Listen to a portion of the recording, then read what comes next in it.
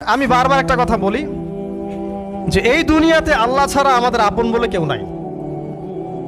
আপনি যাকে আপন মনে করেন না কেন, আমাদের সম্পর্ক আছে বাবার সাথে, মায়ের সাথে, স্ত্রী সন্তানদের সবার সাথে, আমাদের হক আছে, অধিকার আছে, সব ঠিক আছে। বিশ্বাস করেন আল্লাহ ছাড়া আপন বলে আপনার কেউ নাই। এই যে গার্লফ্রেন্ডকে আপন মনে হয়, এরা আপন না।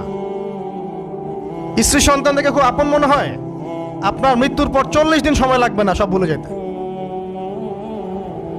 পিতামাতা, ভাই বোন সবাইকে আপন মনে হচ্ছে।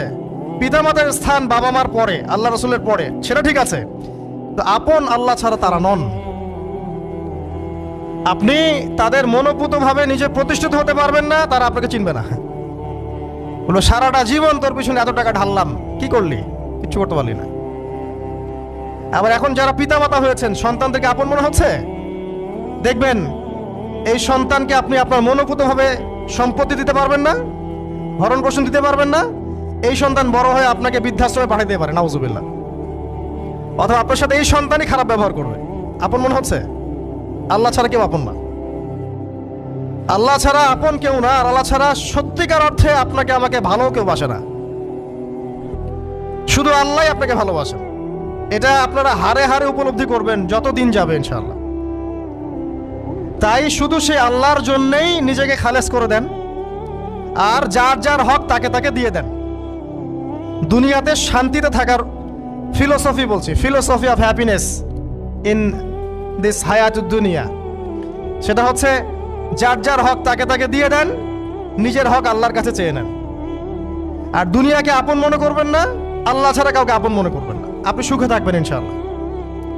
দুনিয়ার দাসত্ব করবেন, আল্লাহ ছাড়া অন্য মানুষদেরকে আপন মনে করে নেবেন, দেখবেন আপনি পদে পদে কষ্ট পাবেন। কারো কাছে আশা করেন না, কষ্ট পাবেন না।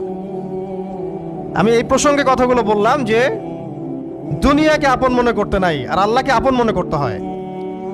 আল্লাহকে আপন মনে করলে তখন আমার উপর কিছু দায়িত্ব চলে আসে। কি দায়িত্ব?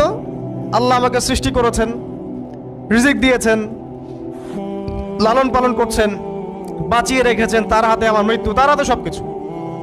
তো এখন আল্লাহ পাকের জন্য নিজের জীবনটাকে খালেস করে নেওয়া, যেভাবে আল্লাহ পাক চলতে বলেছেন সেভাবে চলা, যেগুলোকে আল্লাহ পাক নিষেধ করেছেন বর্জন করা।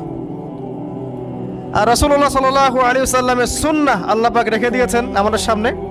এই সুন্নাহগুলো যদি আমরা অনুসরণ করতে পারি, ইনশাআল্লাহ এই দুনিয়াতে কিছু পাই বা না পাই, ইনশাআল্লাহ পরকালে আপনি আল্লাহর ক্ষমা পাবেন ইনশাআল্লাহ তাআলা। কোরআনের সূরাগুলোর অর্থ সব খুতবায়